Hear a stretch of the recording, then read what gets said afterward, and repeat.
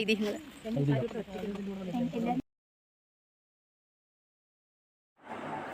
Hi guys, അപ്പോൾ ഇൻട്രോയിൽ കണ്ട പോലെ തന്നെ ഞാനിപ്പോൾ ഒരു അമ്പലത്തേക്ക് പോയിക്കൊണ്ടിരിക്കുകയാണ് കേട്ടോ. അപ്പോൾ വീടിൻ്റെ കുറച്ച് ദൂരമുണ്ട്. അപ്പോൾ അവിടെയുള്ളൊരു അമ്പലത്തേക്ക് ഈ തൃക്കാർത്തിക ആവാറായുള്ളൂ. അപ്പോൾ അവിടെ 10 ദിവസത്തെ പരിപാടിയാണ് കേട്ടോ. അപ്പോൾ നമ്മൾ ഇവിടുന്ന് വീട്ടിൽ നിന്ന് പോയിക്കൊണ്ടിരിക്കുകയാണ്. അപ്പോൾ ഞാനും വണ്ടിയിലാണ്. അപ്പോൾ ഇത് അവിടെ നിന്ന് കസിൻസും അമ്മായി ഇവരൊക്കെയുണ്ട്. അപ്പോൾ ഈ ഒരു പാലം എന്ന് പറഞ്ഞാൽ പൊട്ടിയിരിക്കുന്നതുണ്ട്.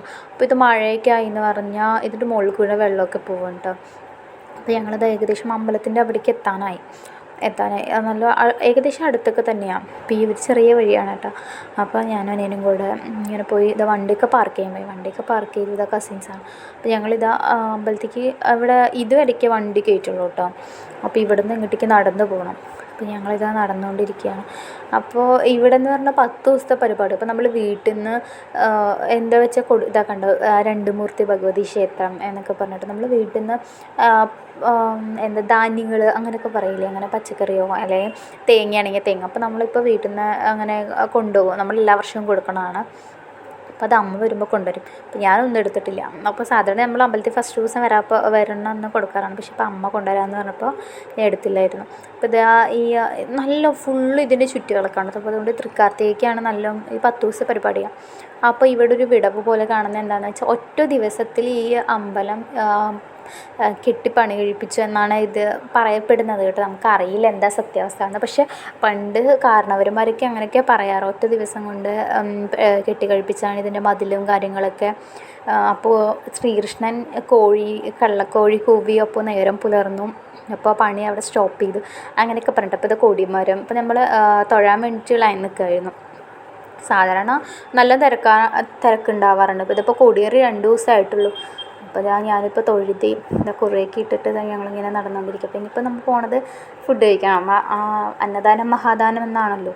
അപ്പോൾ നമ്മളിപ്പോൾ തൊഴുതി ഇങ്ങനെ ഇതൊക്കെ പോയി ഇപ്പോൾ നമ്മൾ ഫുഡ് കഴിക്കാൻ വേണ്ടി നിൽക്കുക. അപ്പോൾ നമ്മൾ ഞാൻ നേരത്തെ പറഞ്ഞ പോലെ തന്നെയൊക്കെ ഉണ്ടാവാം. ഇവിടെ നമ്മുടെ വീട്ടിൽ എന്ത് സാധനങ്ങൾ ഉണ്ടായിന്ന് വെച്ചാൽ ഇവിടെ കൊണ്ട് കൊടുക്കുക. പഴമാണെങ്കിലും പച്ചക്കറികളാണെങ്കിലും എന്താ വെച്ചാൽ നമുക്കത് കൊണ്ട് കൊടുക്കാം. നമ്മളിതാ അപ്പോൾ ഞാനത് കാണിക്കാം. അപ്പോൾ നമ്മളിതാ ഫുഡ് കഴിക്കാൻ വേണ്ടി ക്യൂ നിൽക്കണം. വലിയ ക്യൂ ഒന്നും ഉണ്ടായിട്ടില്ല. സാധാരണ ഞാൻ പണ്ടൊക്കെ വരാറുള്ളപ്പോഴേക്ക് നല്ല ക്യൂ ആയിരിക്കും. അപ്പോൾ നമ്മളിത് അതിൻ്റെ ഉള്ളിലേക്ക് എത്തി. ഇവിടെ എന്ന് പറഞ്ഞാൽ ടേബിളും കാര്യങ്ങളൊന്നും ഉണ്ടാവില്ല. കുറച്ച് ചെയറും പിന്നെ ഉള്ളവർക്ക് നിലത്തിരുന്ന് കഴിക്കാം. പിന്നെ ഫുഡൊക്കെ കഴിച്ച് കഴിഞ്ഞാൽ പുറത്തേക്ക് ഇറങ്ങി.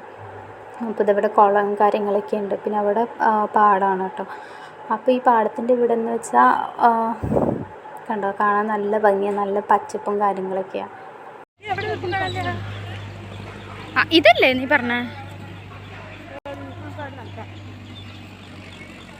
ഗായ്സ്, അപ്പോൾ ഞങ്ങളിപ്പോൾ എവിടേക്കാണ് പോകണമെന്ന് വെച്ചാൽ ഈ അമ്പലത്തിൻ്റെ ഒരു ഐതിഹ്യമുണ്ട്. ഇവിടെ ഈ പാടം ഈ ഞാറ് നട്ടിട്ട് അവരവിടെ ക്ഷീണം മാറ്റാനിരുന്നാൽ അത് അവിടെ ഒരു ശിലയായി എന്ന് പറഞ്ഞിട്ടുള്ളൊരിതാണ്. അപ്പം നമ്മളതിൻ്റെ സത്യാവസ്ഥ എന്താണെന്ന് അറിയാൻ വേണ്ടി പോയിക്കൊണ്ടിരിക്കുക.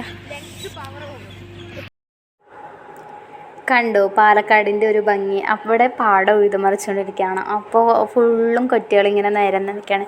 ഇവിടെ ആണെങ്കിൽ മറ്റേ ഞാറ് ആക്കിയ പാടവും കാര്യങ്ങളൊക്കെയാണ്.